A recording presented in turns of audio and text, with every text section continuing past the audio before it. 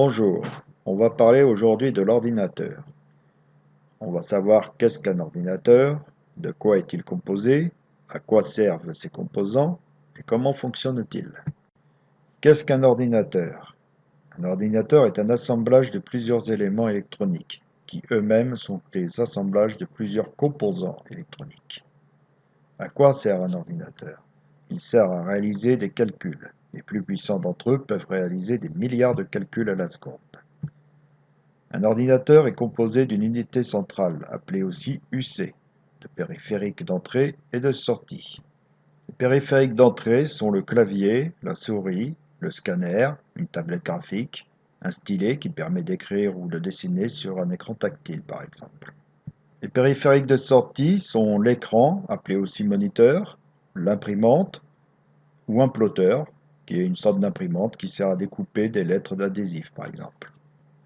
L'unité centrale est l'élément principal d'un ordinateur, car elle renferme les composants électroniques principaux, tels que le processeur, la carte mère, les barrettes de mémoire, le disque dur et diverses autres cartes additionnelles. Au début de l'informatique, l'unité centrale n'existait pas sous la forme qu'on lui connaît aujourd'hui. De nos jours, et ce depuis qu'on a pu miniaturiser les composants, l'unité centrale se loge dans un boîtier format bureau, ou encore en format tour, moyen tour, ou encore dans des PC portables. Dans une unité centrale format tour, on trouve un bloc d'alimentation de 380 watts à plus de 1000 watts, une carte mère sur laquelle on insère le processeur et les barrettes de mémoire, ainsi que des câbles SATA qui relient le disque dur et le lecteur de DVD à la carte mère, plus diverses cartes additionnelles SATA qui relient le disque dur et le lecteur de DVD à la carte mère, plus diverses cartes additionnelles qu'on peut installer. Le processeur, c'est l'élément principal d'un ordinateur. C'est lui qui va calculer à une vitesse grand V toutes les demandes qu'il reçoit. Sa vitesse dépend de sa fréquence d'horloge qui est exprimée en GHz. Un processeur cadencé à 1,7 GHz exécutera 1,7 milliard de calculs à la seconde. En plus de la fréquence d'horloge, il faut tenir compte du nombre de cœurs qu'il possède. En effet, il existe des processeurs monocore, des dual-core, des quad-core. Un monocore équivalent à un cœur, un dual-core à 2 cœurs, un quad-core à 4 cœurs. Bientôt seront commercialisés des 8 cœurs et en laboratoire on étudie déjà des 32 cœurs. Attention, il existe aussi des supercheries techniques. Quand on parle de quad-core, il faut bien faire la différence d'un vrai 4 cœurs d'un dual-core 4 thread, qui est en réalité un 2 cœurs avec 4 têtes. Il faut savoir qu'il existe sur le marché des particuliers 2 fondeurs de processeurs, Intel et AMD.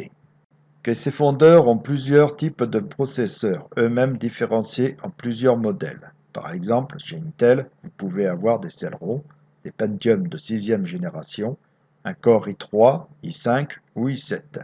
Les i3 sont tous des dual-core. Le i5 sont des dual-core, voire des quad-core. Les i7 sont tous des quad-core.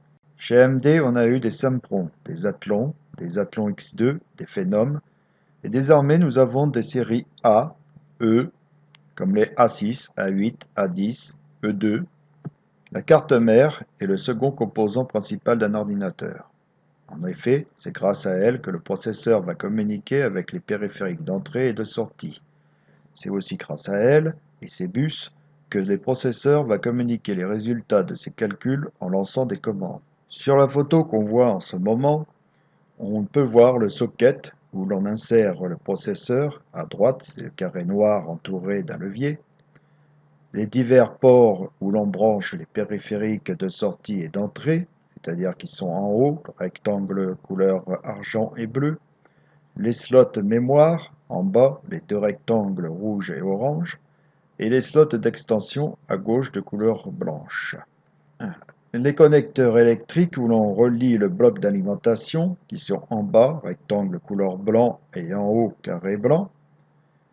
Les connecteurs de stockage, où l'on relie les disques durs et les lecteurs de DVD. Le gros rectangle orange en bas à gauche, ce sont des connecteurs SATA.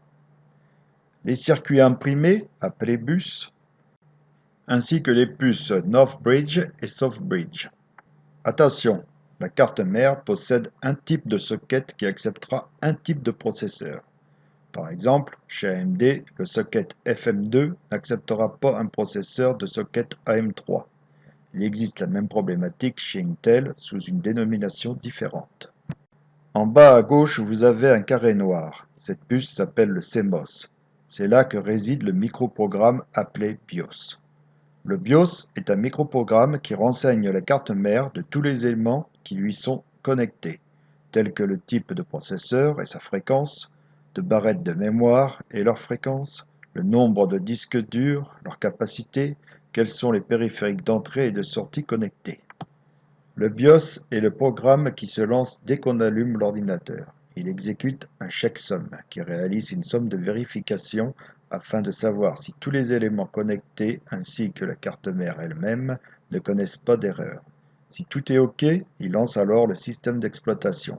Sinon, il affiche une page bleue où il exprime quelles sont les erreurs rencontrées. Un autre composant principal sont les barrettes de mémoire, appelées aussi RAM, pour Random Access Memory, qui veut dire mémoire à accès direct. Ces barrettes de mémoire ont aussi deux formats possibles, la DIMM et la SODIMM.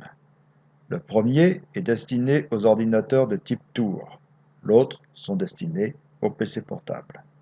Les barrettes de mémoire sont de différents types, la DDR, la DDR2, la DDR3, la DDR3L et même la DDR4.